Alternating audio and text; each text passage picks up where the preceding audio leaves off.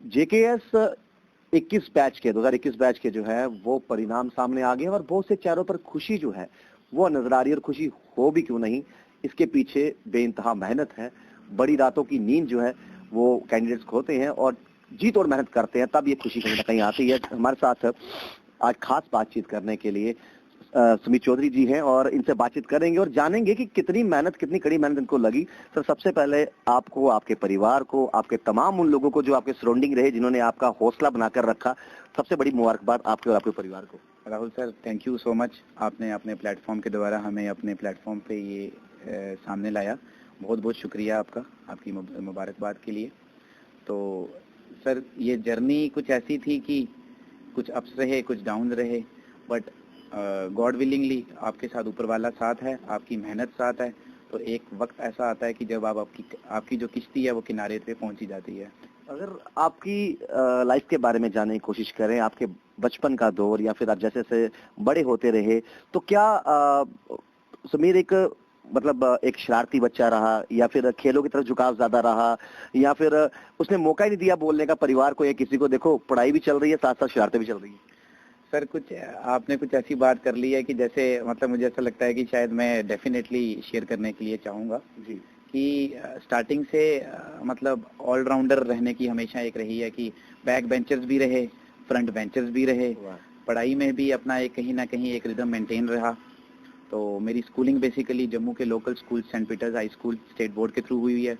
उसके बाद मेरा शिक्षा निकेतन जीवन नगर में भी किसी हद तक स्कूल में कनेक्शन रहा। फिर मेरा final Ranveer high secondary school में भी मेरी स्कूलिंग हुई है। फाइनली मेरी जो ग्रेजुएशन है वो NIT श्रीनगर से ही हुई है। और after consistently around 5 to 6 years of hard work, एक सिविल सर्विसेज का एक ख्वाब था जो फाइनली अब पूरा हुआ है। क्या आपने भी ये बातें सुनी है? आई मीन, जब इंसान 11वीं 12वीं से कॉलेज लाइफ तक पहुंचता है तो मतलब परिवार के तो नहीं, लेकिन कुछ रिलेटिव ऐसे होते हैं जो कहते हैं यही उम्र बिगड़ने की होती है बच्चे की, कहीं ना कहीं एक स्ट्रीम लाइन पे चले जाए तो एक मोटी सेट हो जाएगा। जी सर, एग्जैक्टली आपकी बात काफ़ी हद तक बिल्कुल सही है। ये जो एज पीरियड है, इस एज पीरियड में एक पर्टिकुलर बच्चे का किसी भी डी ट्रैक होने के बहुत चांसेस रहते हैं। इस चीज़ में मैं एक ही स्पेसिफिकली बोलूँगा कि जो आपकी पेरेंटिंग है जी, उस पर स्पेसिफिकली जोर रहना चाहिए। आपके जो फादर या आपकी मदर या जो भी आपके गार्डियन हैं, उनका एक झुकाव रहना चाहिए कि बच्चों की तरफ की वो उनके साथ प्रॉपर वे में कांटेक्ट रखें, उनकी डिटेल्स लें, अकाउंटेबिलिटी रहे किसी हद तक कि कहाँ है हमारा बच्चा। इन चीज़ों पे कहीं ना कहीं किसी हद तक फोकस रहना चाहिए। चाहे आपने अपने बच्चों को हॉस्टल स्कूल्स में डाला है या हॉस्टल कॉलेजेस हैं, कहीं पे भी हैं, तो उस बच्चे को डी ट्रैक ना होने के लिए आपकी पेरेंटिंग इज़ वेरी मस्ट। मैं कहना चाहता हूँ कि आपके पेरेंट्स लिबरल भी होने चाहिए, बिल्कुल, और simultaneously they should have account on you also. बिल्कुल, ये चीज़ों का कुछ नजर होनी चाहिए, पूरी नजर होनी चाहिए। क्योंकि आप देखें कि किस तरीके से आज का ज़माने में कितनी हजार चीज़ें हैं जहाँ पे हम डी ट्रैक हो सकते हैं। सोशल मीडिया है, इंटरनेट है, गेम्स है, आपका फ्रेंड सर्कल बहुत मैटर करता है। तो इन सब चीज़ों का कॉम्प्रिहेंसिव व्यू होना चाहिए पेरेंट्स को कि बच्चा हमारा कहाँ जा रहा है, कहाँ जा रहा है। बिल्कुल सही बात हमने कही कि एक जब इंसान को किसी चीज को लेकर फोकस होना पड़ता है तो ये चीजें, आपको लगता है ये धीरे धीरे आदत बन जाती है जब आप तैयारियां कर रहे हो और ये देश को सर्व करने की बात है, जम्मू कश्मीर की अगर बात करें, आगे जाके आप सर्व करने वाले हो, प्राउड मूवमेंट तो है ही है पूरी परिवार के लिए, आपके लिए भी। ये जो तैयारी का वक्त था, कितना समय आप अपने आप को देते थे और कितना अहम रोल था उन सीनियर्स का जिन्होंने क्लियर किया हुआ था, जो आपको बता रहे थे कि भाई इन चीजों का खास तौर पे ख्याल रखना? सर देखें, हर एक क्वेश्चन जनरली एक ही चीज़ के आगे रिवॉल्व करता है कि कितने घंटे आप पढ़ते थे, कितना। मेरा ऐसा मानना है कि जब आप स्पेसिफिकली अपने गोल के बहुत पास होते हैं ना, उस time I think time matter नहीं करता है। क्या पता वो आपकी 15 आवर्स हों डे के, क्या पता आपके वो 12 आवर्स हो डे हों, और जब आप एक नॉर्मल वे में पढ़ाई कर रहे हैं शायद आपके उस टाइम 5 आवर्स हों। तो मेरा ये मानना है कि आपका एक डेली बेस्ड टारगेट होना चाहिए। मतलब अगर आप किसी अपने फ्रेंड्स के साथ घूम रहे हैं या आपका कोई और कहीं पे भी आप डिप्लॉयड हैं, कुछ भी कर रहे हैं, तो आपका जो डेली बेस का गोल है ना वो कंप्लीट होना चाहिए। मतलब आप सफिशिएंट टाइम रखा है, सफिशिएंट टाइम। मतलब अगर आपको पता है कि मैंने 4 घंटे के लिए किसी पार्टी में जाना है, तो आपके दिमाग में बैक ऑफ द माइंड ये चलना चाहिए कि यार when I come back home तो मुझे अपना वो वाला टास्क कंप्लीट करना है। मतलब जब आप सोने लगे ना, तो जब आपकी आंखें बंद हो, आपको पता होना चाहिए कि यार मैं आज का दिन मैंने कुछ वर्थ इट किया है। तो इस तरीके की अगर मेंटालिटी से बच्चा चले, this is my view point, तो कहीं ना कहीं मुझे लगता है कि small small small goals leads to a bigger goal. ये बड़ी अच्छी बात बोली कि डिसिप्लिन होना बहुत जरूरी है अपनी लाइफ में। आपका पहली बार जब आपने कोशिश की, ये क्लियर नहीं हो पाया, तो उसके बाद अपने आप से खुद से बात की कि अब ये चीजें जिस तरीके से मैं आसान समझ रहा था, यानी मेरी जो तैयारियां थी वैसा नहीं चलेगा, मुझे इसके लिए थोड़ा और हटके सोचना पड़ेगा, कुछ और करना पड़ेगा। और बहुत से लोग ना उस समय पर बैक कर लेते हैं कि नहीं अब मैं नहीं करूंगा, ये मेरे लिए नहीं बना हुआ। सर उसमें मैं बेसिकली ये चीज़ बोलूँगा कि अगर आप मेरी पहली अटेम्प्ट को देखें जहाँ पे मैंने इंटरव्यू दिया था, उस पहली अटेम्प्ट में अगर मैं अपना सिर्फ लूप होल को सिर्फ काउंट करूँ तो उसमें मेजरली एक बहुत बड़ा लूप होल ये था कि टाइमिंग, पूरे प्रॉपर टाइम में पेपर कंप्लीट नहीं हो रहा था किसी हद तक, जिसको इम्प्रूव करना बहुत मैंडेटरी था। तो एक वो चीज़ हो गई। साइमल्टेनियसली आपको अपना कंटेंट भी इम्प्रूव करना है, नॉलेज बेस जो है आपको वो इन्हांस करना है।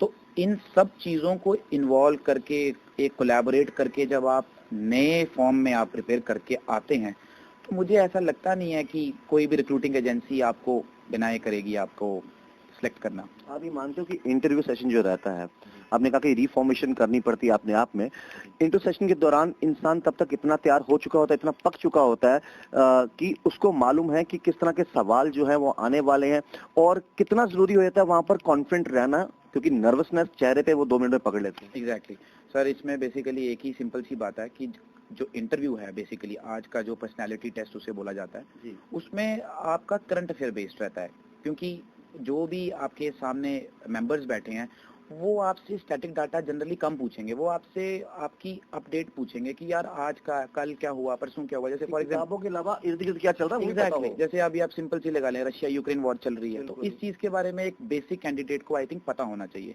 कि क्या हो रहा है, क्यों हो रहा है। तो अगर आपने इन चीजों को कवर अप किया है तो मुझे लगता नहीं है कि इंटरव्यू सेशन में किसी को प्रॉब्लम आनी आ चाहिए। कोई ऐसा सवाल आपको लगा कि ये इसके लिए मैं तैयार नहीं था, या कोई क्वेश्चन मार्क अंदर हो, चेहरे पे नहीं, चेहरे पे तो पढ़ लेंगे, दिल के अंदर चल रहा हो ऐसा कि हाँ भाई ये एक्सपेक्टेड था या नहीं था? सर ऐसा सवाल मेरे वाइवा टेस्ट में आई थिंक स्टैटिक रिलेटेड के था, मतलब एक जनरल बेस्ड नॉलेज, एक फैक्ट पूछा गया था। शायद मुझे लगता है मैंने उसका पार्शियल आंसर दिया था, तो जो मुझे पता था कि अगर कहीं जो मेंबर है अगर इसके आगे वो फर्दर क्वेश्चन पूछे तो मैं चुप हो जाऊंगा, वो एक रिस्क था। बट समहाउ गॉड विलिंगली वो वैसा हुआ नहीं, उन्होंने उसके ऊपर ज्यादा क्वेश्चन पूछा नहीं, तो मैं भी बच गया। तो इस तरीके से मेरा साथ बना रहा, तो इंटरव्यू ठीक गया। क्या एक मैसेज अपकमिंग जनरेशन को देना चाहते हो जो ये क्लियर करना चाहते हैं, क्योंकि उस दौरान हजार चीजें दिमाग में चल रही होती हैं, और उन हजार चीजों को मैनेज कैसे करना है, काम एंड कंपोज कैसे रहना है, कूल कैसे रहना है, कितना मुश्किल हो जाता है चीजें? सर देखें, सबसे पहली बात ये है कि फाइनली ये लास्ट हमारे कन्वर्सेशन की रहेगा पॉइंट, मैं आपको ये चीज़ बताता हूँ कि हर एक बच्चे को सिविल सर्विसेज की तरफ जाने का डर है कि यार मैं ये नहीं क्लियर कर सकता, मेरा इतना आईक्यू लेवल नहीं है, मेरा इतना नॉलेज बेस नहीं है, मैं नॉर्मल था स्टडीज में। मेरा यही मानना है कि जो बच्चा 50, 60, 70% के एवरेज स्टूडेंट भी जो है, अगर वो कंसिस्टेंटली हार्ड वर्क और पैशन से अगर अपने इस गोल की तरफ जाए, तवज्जो दे, तो मुझे लगता नहीं है कि ये एग्ज़ाम उस बच्चे को रोकेगा। आप देख सकते हैं कितनी एग्जांपल्स हैं यहाँ पे, आप कितने यूपीएससी के एस्पायरेंट्स जो जिन्होंने फाइनल लिस्ट में क्लियर किया उनके आप परसेंटेजेस चेक करें तो 60% है, 70% है। तो this particular exam does not demand कि आप एक सुपर इंटेलिजेंट हैं, आप बेसिक आपको अच्छा नॉलेज है, आपने पैशन है आपके सिविल सर्विसेज की तरफ, आपने हार्ड वर्क किया है, you will definitely go through it. तो मेरा एक यंगस्टर्स को एक ही है, जो भी बच्चे मेरे को देख रहे हैं उनको एक ही मैसेज है, आप सब में वो कैपेबिलिटी है, बस आप में वो पैशन होना चाहिए कि आप इस सर्विस की तरफ आना चाहिए। ऐसा कुछ नहीं है कि जो 95% वाला है वो टॉप करेगा और जो 70% वाला है वो कभी टॉप ही नहीं करेगा। यहाँ पे ऐसा भी है कि जो 70% वाला है वो शायद टॉप कर जाए। बिल्कुल, and this is what I love about these exams. तो overall you are satisfied with your ranking and performance? Personal satisfaction की बात करें सर सेटिस्फेक्शन तो इंसान की जो ग्रीड है वो खत्म नहीं होती होती, बट ये है कि मैं थोड़े से ज्यादा नंबर्स एक्सपेक्ट कर रहा था, बट ऊपर वाले का जो डिसीजन है हम उसके साथ हैं, जो ऊपर वाले ने किया वो अच्छा किया। चलो ढेर सारी मुबारकबाद आपको और आपके शुक्रिया परिवार को। और बहुत सी बारीक चीजों पे हमने बातचीत की, और जो बहुत जरूरी भी है, इन्होंने खुल के बताया कि हाँ इनकी स्कूलिंग कहाँ से हुई, किस तरीके से इन्होंने अपने आप को मेंटली तौर पर तैयार किया, तैयारियां किस तरीके से थी। बट सबसे अच्छी बात इनमें ये दिखी, देखिए पहले ये क्लियर नहीं कर पाए, लेकिन उससे निराश नहीं हुए, उससे डिमोटिवेट नहीं हुए। लोग डिप्रेशन में चले जाते हैं, कुछ साइकोलॉजिकल प्रेशर दिमाग में एक्स्ट्रा ले लेते हैं, एक्स्ट्रा बर्डन ले लेते हैं, मान के चलते हैं ये फील्ड मेरे लिए नहीं बनी, मैं नहीं कर पाऊंगा। लेकिन हिम्मत की दाद देनी होगी, जिसे कहते हैं बाउंस बैक करना। डबल मेहनत की और वो कर दिखाया जो पहली बार में नहीं हो पाया। देखते रहिए JK Paris, Rahul Khatri, the JK Paris के लिए।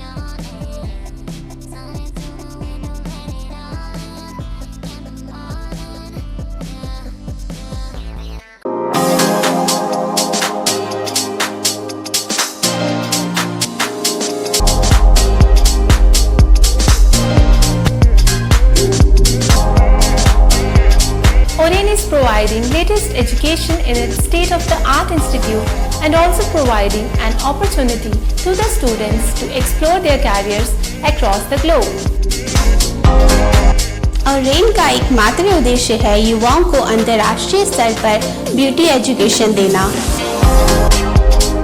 Advance diploma in aesthetic and hairdressing की विदेशों में फी 12 से 5 या 6 गुना ज़्यादा है, जबकि ऑरेन बेहद कम फीस में ये कोर्सेज करवा रहा है।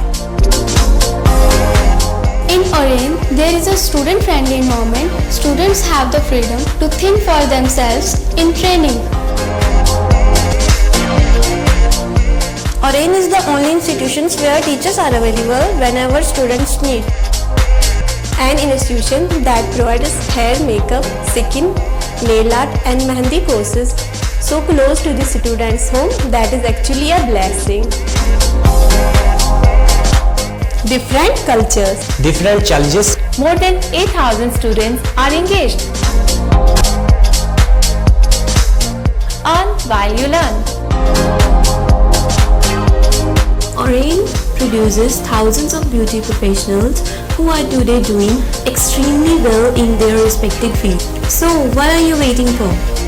Join Oren Institute of Beauty and Wellness.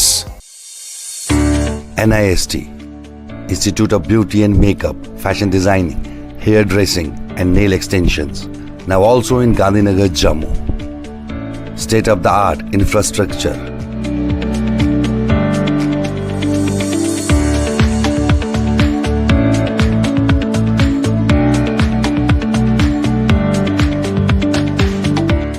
Real-time practical and skill-based education and highly qualified trainers.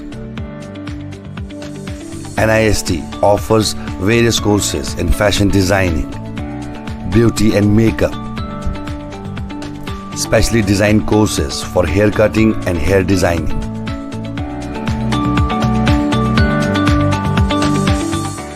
And also crash course for nail extensions.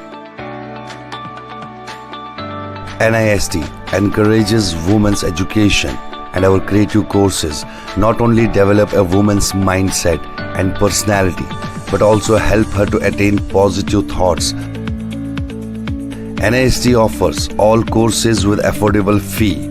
Come, learn, and exit with multi-dimensional career opportunities to come out in flying colors. NIST, the right choice for women empowerment. Admissions are open in beauty and makeup, fashion designing, hair dressing and nail extensions. NIST 40AD first floor near Greenfield School, Gandhinagar, Jammu and Sidco Chowk Axis Bank Building, Bari Brahmi.